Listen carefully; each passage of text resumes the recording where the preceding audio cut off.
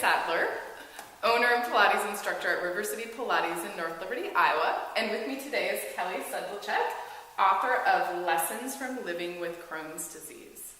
And we're talking today about how the Pilates method of exercise can be an amazing health tool for bodies who are going through Crohn's disease, which Kelly also talks about in her book. So as a Pilates instructor, one of the first things that I work with clients, and really one of the most important things with my Crohn's clients, is how to engage your deep abdominal muscles and how to move from your center. And this is so important, especially if they've had any surgery, which I looked up. So at the Crohn's and Colitis Foundation of America had a little article on their webpage, and they said that up to 75% of Crohn's patients at some point will end up having surgery. So typical surgeries involve cutting through your abdominal wall, which means we're cutting through those muscles, weakening muscles, and especially if you've not rehabilitated or strengthened them afterwards, that can definitely be a problem. The other thing that often happens is that you have nerve damage from that, and you can actually lose feeling in your stomach in those muscles.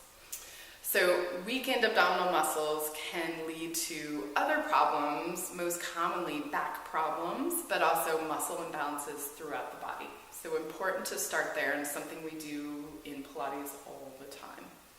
So what we're going to do today is I'm going to kind of walk Kelly through a typical exercise that I would use just to kind of teach somebody how to engage their core muscles, how to move from their center. So we'll do that, and then we'll talk a little bit about how you can use that as you start to do other movements as well. All right.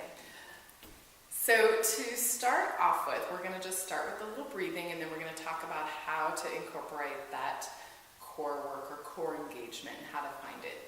So I'm going to have Kelly just take her Pilates breath, which is a nice big inhale through the nose where she expands her rib cage in all directions. As she exhales, she's going to open the mouth and kind of force that exhale. So she feels like she's like squeezing out every last drop of breath, so she has room to take that next inhale in. Good. And when you're breathing like that, I always love the image of a balloon when you breathe in. So when you breathe in, you're thinking of your whole rib cage expanding out in all directions, nice and expansive. And then as you exhale, that squeezing out of the breath. Good. And then to really find that core work, what you'll find is when you exhale in that kind of forceful way, automatically you start to engage your deep abdominal muscles. You'll feel them kind of pull up and in. And if you're a person that likes kind of hands-on, sometimes it's helpful to just like put your hand on your belly or your belly button. And just as you're breathing like that, when you take that exhale, just feel how your abdominals kind of pull in towards your center. They might feel like they're pulling up a little bit naturally. Good. That's really that core engagement that we want, and we kind of want all the time. I have a little ball here that I'm going to use as kind of an image for Kelly, and I'm going to put this on her belly, and this doesn't really matter where it's at.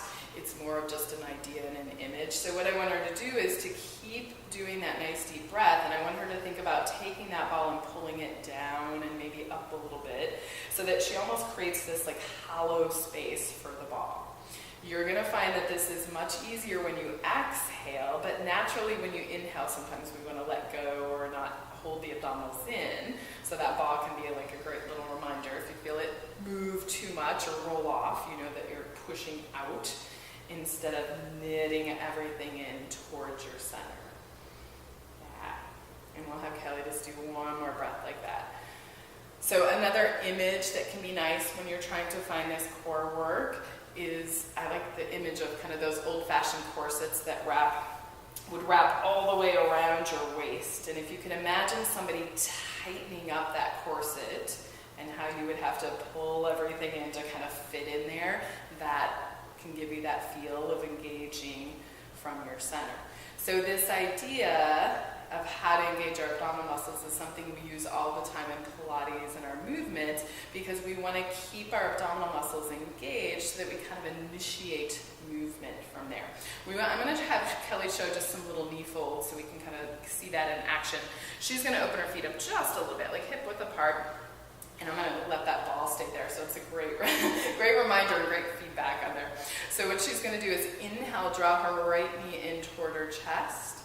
And then she's going to exhale, press it down. And the whole time she's pulling that ball down and in so that her abdominal muscles are staying engaged. And that allows her to do a nice controlled movement with her legs. It's also helping her keep her hips still and not wiggle them around as she does that little leg movement. So we're strengthening those core muscles. Let's do some arm movements now. So I'm going to have her do some nice straight arms. And just as you inhale, lift the arms up. See how far you can come up, keeping your ball pulling in. And then as you exhale, pressing back down. So we're kind of challenging our core by taking our arms or limbs away from our center. Inhale, she lifts up. And then that exhale as she comes back down. Good. And then we'll take that up there and you can go ahead and sit up. So just a few different ideas on how one to find that core engagement and then how we try to maintain that as we do movements. And really we would just continue to take that concept into different exercises and different movements that we did. So thank you so much for joining us today. If you want to learn some more about Kelly's book, you can check her out at kellysedlacek.com. And you can also find her book on Amazon. If you want to learn a little bit more about Pilates and how it can be a health tool in your life, you can find us at www.rivercitypilates.com. Thanks for joining us.